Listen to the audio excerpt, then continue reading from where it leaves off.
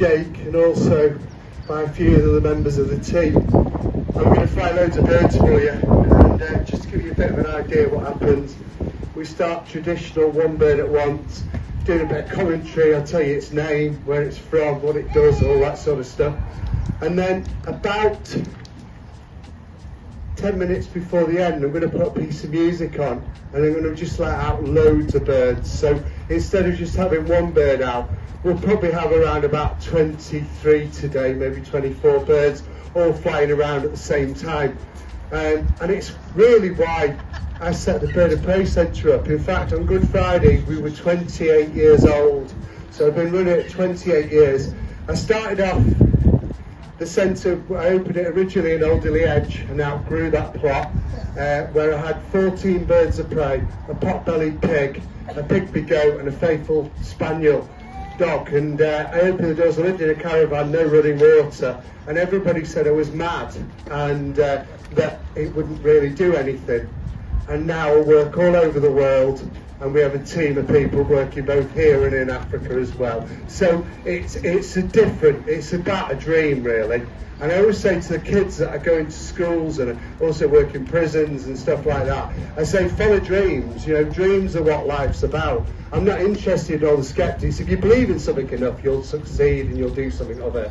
I'll never be a millionaire, but I'm not interested in that. I'm interested in animals. I just love them. I always say that people are the one thing in my life I don't like. I'm not really a people lover. I love animals, that's it, because I really want to conserve them and help them. So I work with a load of organisations, and we try and conserve as much as we can. So what I'm going to do is during the show, I'm going to try and create a story so you understand what it's all about. It's not just about having a bloke with a few aviaries with birds in, and that's it. It's not about that. It's bigger than that. This helps me to facilitate a story, to create a story so the kids understand it, and hopefully the kids now, the generations now, won't do what my generation has done, which is destroy the world and farm it for all its resources. And that's the sad bit. Whether you want to believe it or not, I'm not interested about money in wallets and things like that. I'm interested about how we can conserve it. So we'll tell you the story, but I have to do a bit of health and safety. When the birds are flying, if they're coming towards you at any time, if you think they're going to hit you, they probably are, so could you duck? And if you could duck with a worried look on your face, it just makes my day a bit more fun. So if you could do that, that'd be great. If you've got any crisps, sweets or sandwiches, make sure they're tucked away. We don't want any of the birds. We fly a load of scavengers at the end. If they see food, they'll come and steal it off you. And I always call it the moan fest, because if the bird bites you, you're going to moan at me, and I'm not interested. So please put your food away, and then you haven't got to moan at me, all right? So, and then enjoy, smile if you can a little bit during the show at me. That's cool. It encourages me, and I'll just get more and more birds doing different stuff. If you're miserable, then look away, because you generally put me off. So, right. Well, without any further ado, let's move on to the next bird.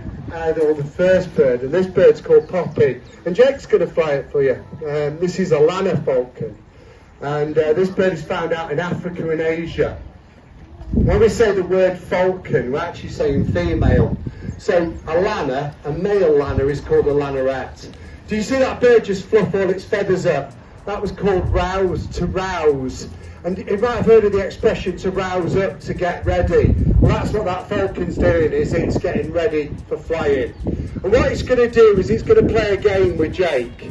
Poppy is 5 years old and knows her job relatively well. In 5 years, she's taken up the skills that she needs, which is to stay up in the air and to mount an attack on Jake. Now, that isn't a physical attack on him, it's an attack at that piece of string that he's whittling round. It's a leather pack with some food on it, and it's called a lure. And the falcon chases after the lure. Now, some of you might look at Jake swinging that around and think that Jake's teasing the falcon. Well, the falcon doesn't do tease, it does compete. In the wild, a falcon will make repeated attempts at trying to catch its prey. It'll chase after a pigeon and might make a number of 20 or 30, 100 stoops at that pigeon before hopefully it's successful in striking the pigeon. Once it strikes the pigeon, it then can feed. And that's what it's doing here, chasing the lure. And it's going to really mount her wits against Jake. she's far more skillful than Jake could ever be. And also this falcon can travel at very high speeds. That stoop there was probably around about 50 miles an hour. In fact, at the end of the show, Jake always looks on his phone because this bird's wearing a GPS tracker. It tells us how much exercise she's done. It tells us what her maximum speed she's hit. And this bird last year was hitting speeds in the summer out of a vertical stoop of around about 180 miles an hour most days. She's really quite an athlete. Today it's a windy day, so she's not going to mount up very high because the wind's just going to blow her around. As long as she points her body in a set way, she'll be fine. So she's gone up to the garden centre because there's some buildings over there where the wind's hitting them and it creates a bit of an updraft. And then when the falcon's doing enough, she tells Jake. These are called Jessie's, and she's under the thumb now. The straps off her legs go under Jake's thumb. You might have heard of the expression under the thumb. And then it'll be wrapped around Jake's little finger in a minute. Also, once this one, I think Lumpy's 13 this year, and Lumpy's a great grey owl found in the Northern Hemisphere. How beautiful is that? Something special about it. You know, when you look at owls, and I spend, well, the last 28 years going into schools. In fact, I spend more time in schools now than when I should have done when I was a kid. I go there all the time, and I love it. It's a really good subject to teach the kids about the natural world. Now, when I ask the kids in school and say to them, when do owls fly? They all say the same, and I'm sure you would straight away say night time, because you'd say they were nocturnal. And that's true. Owls are nocturnal. But this particular species of owl, like many others that live in the Northern Hemisphere, in the Northern Hemisphere you can work on the principle that half the year you can have 23 hours of daylight, and on the flip side, you can then have the rest of the year, you can have 23 hours a day of darkness. So depending on the Northern Hemisphere where you are, you can end up, and the great grey is completely versatile. 1 minute he's hunting diurnally, the next minute he's hunting nocturnally. And that's owls, it's adaptability. And this bird has got complete adaptability. They want a really smart owl. When things are running well, they'll just be killing. They kill lots of stuff and they'll stockpile it. Because they live in a big fridge in the Northern Hemisphere. It's very cold. This bird can withstand minuses of -30, no problem at all. It's got over 3,500 feathers. Layer of water, they catch a layer of air underneath their feathers, and they're just like a big duvet. I always call him a flying duvet. Now Lumpy will carry on working here in the centre.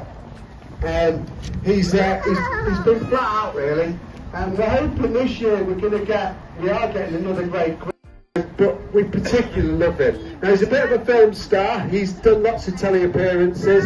Over the years I've trained loads of birds and animals for film. Mrs. Peregrine, you might have saw that film, Mrs. Peregrine, with all the birds in that I trained, and we're filming that for 6 months. Assassin's Creed, I trained the Golden Eagle up for that. McDonald's advert, Bald Eagle, did that one. Did loads and loads. We've done so many series and everything. It's just something I've always done. It looks pretty big, but if I get my hand and stick in his feathers there, you'll see how they just disappear. His head's about that big, about the size of a tennis ball.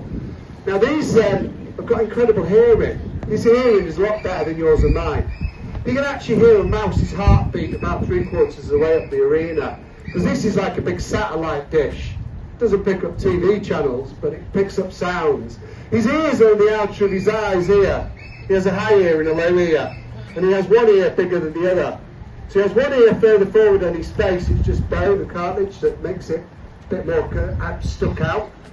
One's a big hole and one's a slightly smaller hole. So what that does, it lets different sound levels in. So it means he can actually work out where sound's coming. By having a dish-shaped face, it draws the sound in a bit like the satellite dish does. And so he draws that noise into that face, and you can work out where sound is coming from.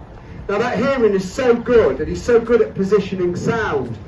We reckon about 80% of his prey is under the surface of the snow much of the year. He actually can hunt his prey up to 14 inches below the surface of snow, things like lemmings and I don't ever hear the sound because it's just, my brain's so well trained to it.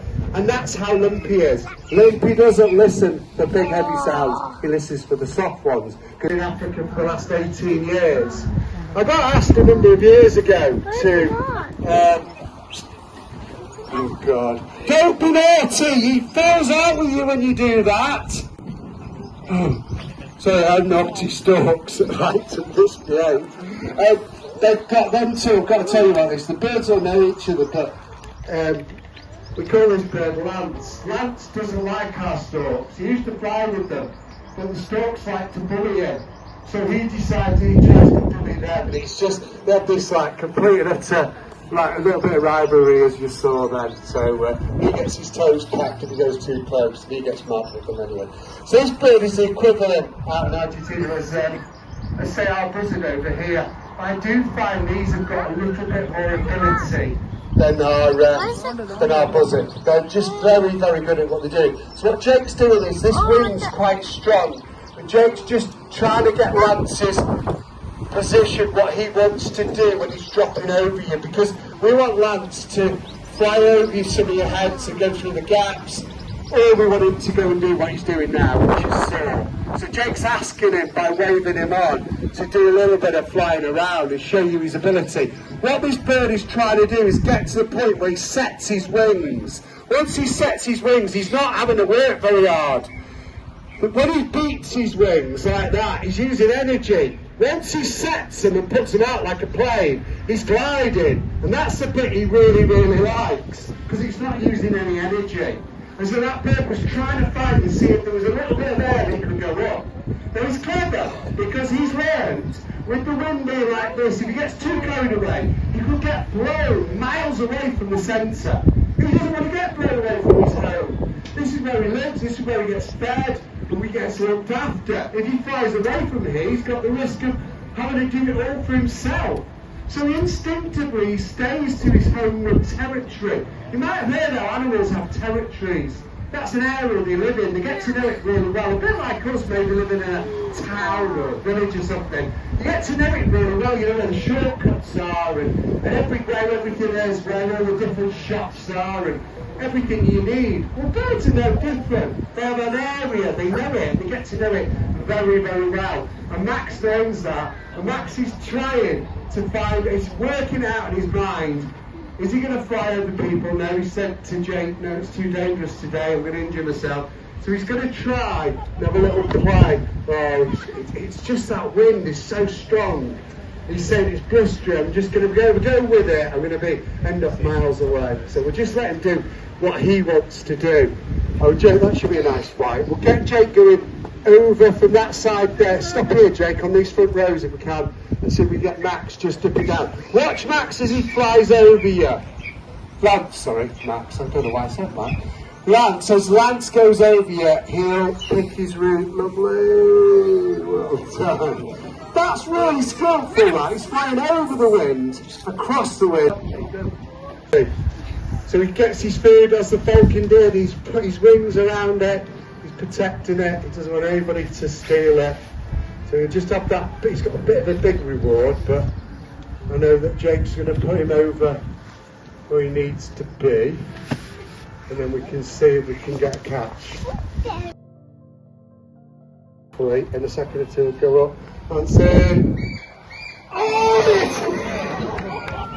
it's not going away, this. Right, I'm going to have one last, no, we're not having one more go. Please give Jake and Lance a big round. Incredible. I decided I'd always loved vultures, but, thank you.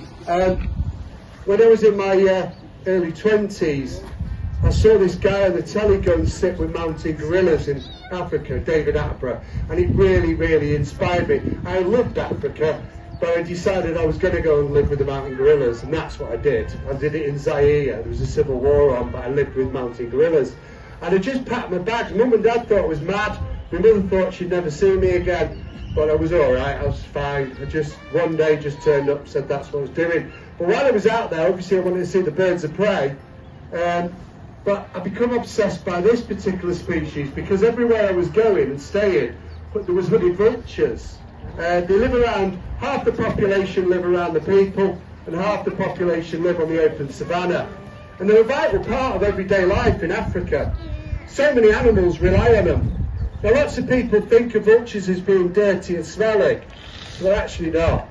They're incredibly clean animals. I'd go one step further and say they're cleaner than all of us. And that's because once they've fed on something, they bathe. They're incredibly respectful of each other. They live in community, live in groups. They'll forage together. There's a religion called the Parsis, and they believe the only way of getting your soul into heaven is through a vulture. So when Granny dies or Grandad dies, they wrap his body in a Muslim cloth and take it to the temple, and the vultures come and feed on it. Because vultures are recorded at flying the highest altitude of any animal, around about 36,000 feet. And so what they believe is it's your quickest way of getting into heaven is through a vulture. They eat you and deliver your soul. And I really like it. I poach Cheshire East, but they're not really very keen on me doing it. But anyway, that's another story. So they believe it. And diseases in other animals.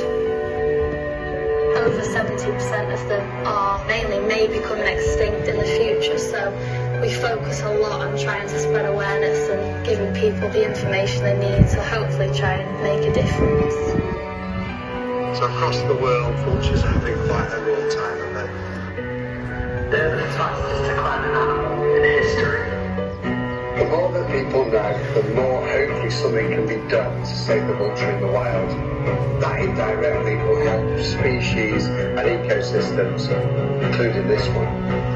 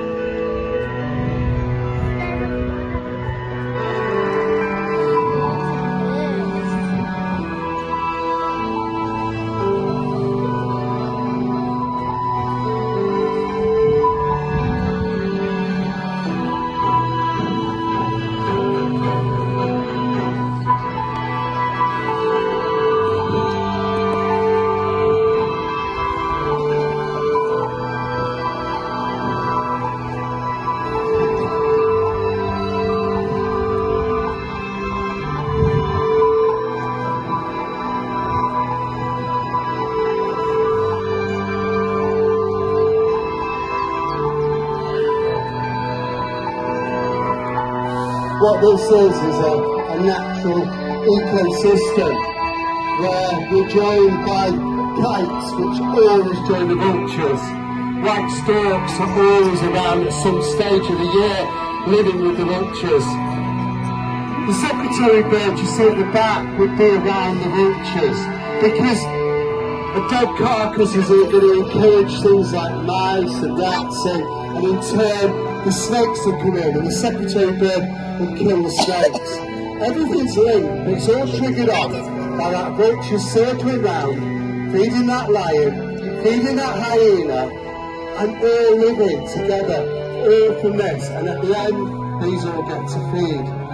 There's only one animal in the whole equation that destroys it, and we're all sat here. I hope you've enjoyed the display the birds have put on for you. Please take in the message. If you've enjoyed it, you'll notice all the birds showing us at back, all the wild ones. The signal is there for them all to understand. They know there's some crazy bloke in the field who loves them and will always help them.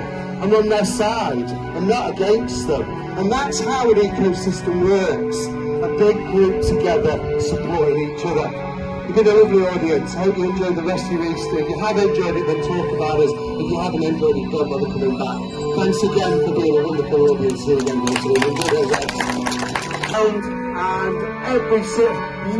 every penny of that goes to help the vultures out in the wild. So thanks again. Malcolm's there, tell you more.